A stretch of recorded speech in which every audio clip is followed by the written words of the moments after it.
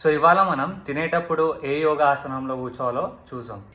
ఎప్పుడు ఆసనాలు ఏంది బ్రో? జర తినేటప్పుడైనా మంచిగా తిననేమంలని. అచ్చా, నువ్వు తినేటప్పుడు ఎట్లా కూర్చొని తింటావు బ్రో? సింపుల్ బ్రో, ఏముంది, చైర్ గుంజాలి, చైర్ మీద కూర్చొని తినాలి.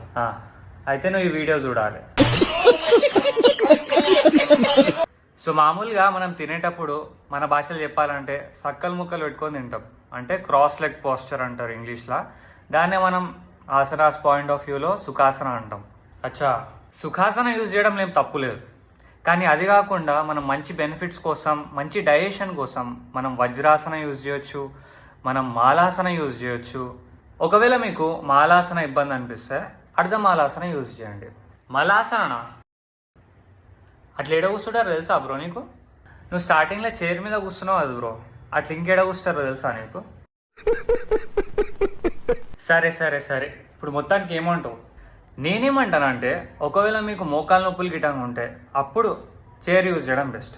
లేదంటే మంచి బెనిఫిట్స్ కోసం మనం వజ్రాసన యూజ్ చేయొచ్చు, మలాసన యూజ్ చేయొచ్చు, లేకపోతే సుఖాసన యూజ్ చేయడం బెస్ట్.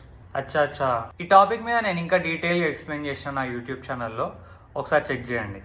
ఇంకా మీ దోస్తులు చుట్టాలు ఎవరైనా చైర్ల మీద కూర్చొని తినేటోళ్ళు ఉంటే వాళ్ళకి పక్కా ఈ రీల్ షేర్ చేయండి. వాళ్ళకు కూడా తెలియాలి ఈ ఆసనాలలో కూర్చొని కూడా మనం తినొచ్చు అని.